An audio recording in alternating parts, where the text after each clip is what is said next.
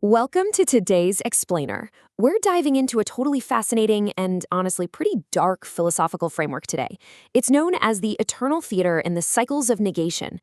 Basically, it's this gripping narrative from our source material all about existence, the meaning we desperately try to create, and the sheer absolute void that pushes back against it.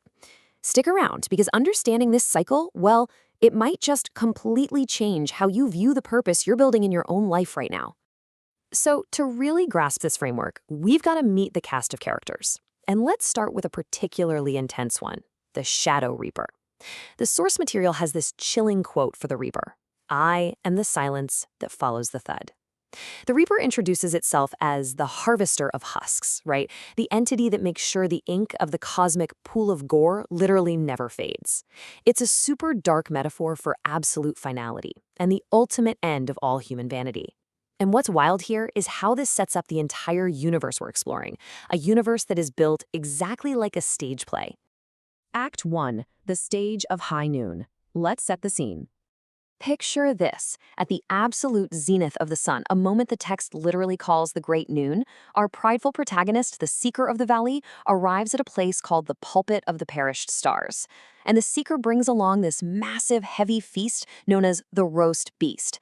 But, okay, spoiler alert, this isn't actual food. The source defines this roast beast as the stories, the legacies, and the grand meanings that we construct just to hide from the yawning abyss of existence. It's basically a massive psychological stage prop. The Seeker uses it to pretend they're safe from the dark, totally convinced they are the lead actor in a play they wrote themselves. But here's the catch. Because we are in the eternal theater, that grand feast is nothing more than a prop. The text describes it beautifully, calling it the brightly colored scarf wrapped around a universe with no heartbeat.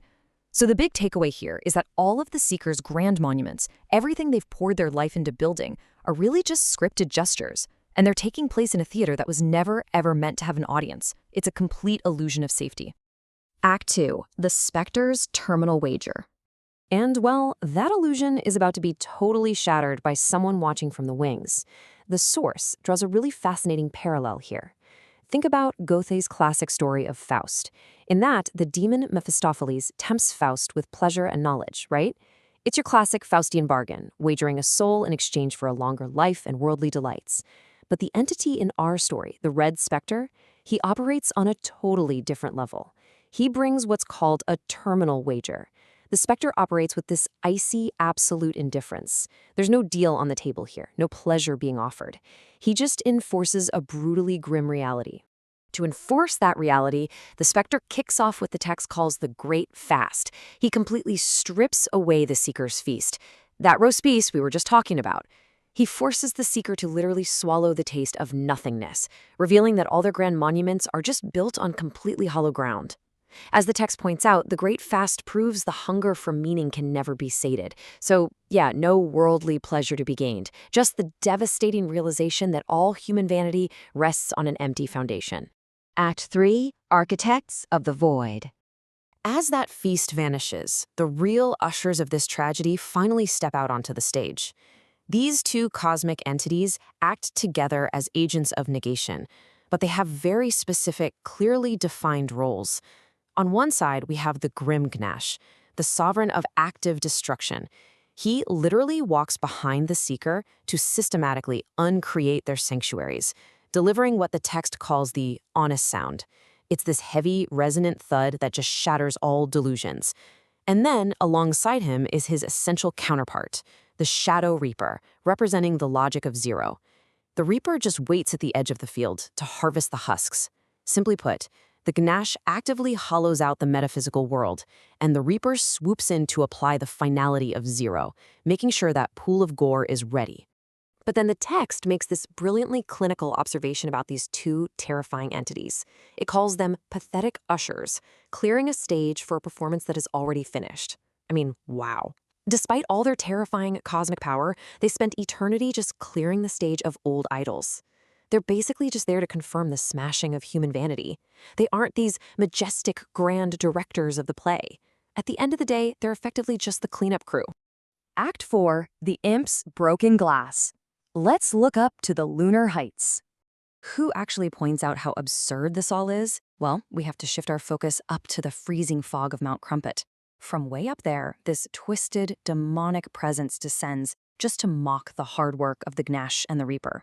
This is the Imp, and the source material paints a vivid picture of its arrival, etched with glowing lunar runes and carrying the heavy scent of old witch magic. But instead of some booming, scary voice, it announces itself with a mocking laugh. A laugh that sounds exactly like breaking glass in a void.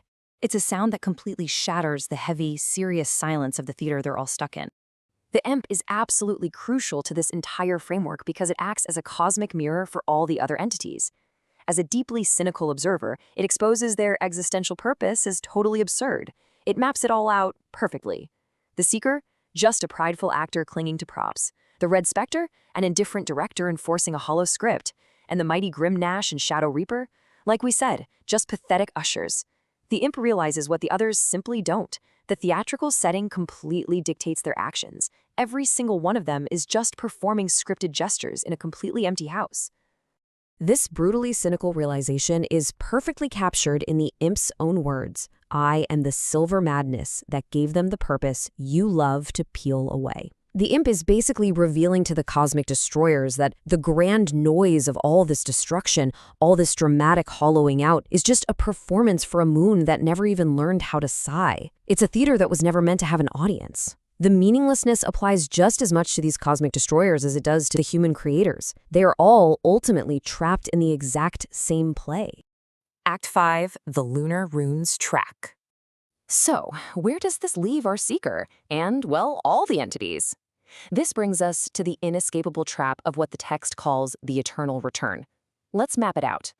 We start at step 1, the hubris of the Great Noon, where the Seeker proudly brings out their roast beast. Then, step 2, the Red Spectre strips it away by initiating the Great Fast. Moving to step 3, the Gnash and Reaper perform their metaphysical hollowing. And then, wait for it, we don't get a curtain call. The play doesn't actually end. We hit step 4, the Lunar Rune Reset. The play loops straight back to the beginning, right under the indifferent watch of the Crimson Star. And this specific reset is marked by the Imp. Right before he vanishes back into the freezing fog, he carves a glowing silver rune into the obsidian floor. Now, these lunar runes, they're not symbols of enlightenment. They are definitely not final periods at the end of a sentence. They are the ultimate bitter gift. They serve as glaring reminders that the cycle of hollowing out the soul is a nightmare that simply refuses to stay dead. The stage is basically just reset so the Seeker can arrive all over again and the whole exhausting cycle can start anew. It's a pretty chilling thought, isn't it? At the very end of the source text, even the Grim Gnash looks down at his own rusted footprints and feels a sudden metaphysical chill. He realizes he's just playing a recurring part in a loop. Which brings us to our final provocative thought, the lingering, unanswerable question that the Imp leaves behind. Who wrote the script for a theater that was never meant to have an audience? Honestly, think about that the next time you find yourself building a grand fortress of meaning to keep out the dark. Are you the author of your purpose or just an actor holding a brightly colored prop? Thanks so much for joining me on today's Explainer. Keep learning, keep questioning the script, and I'll see you next time.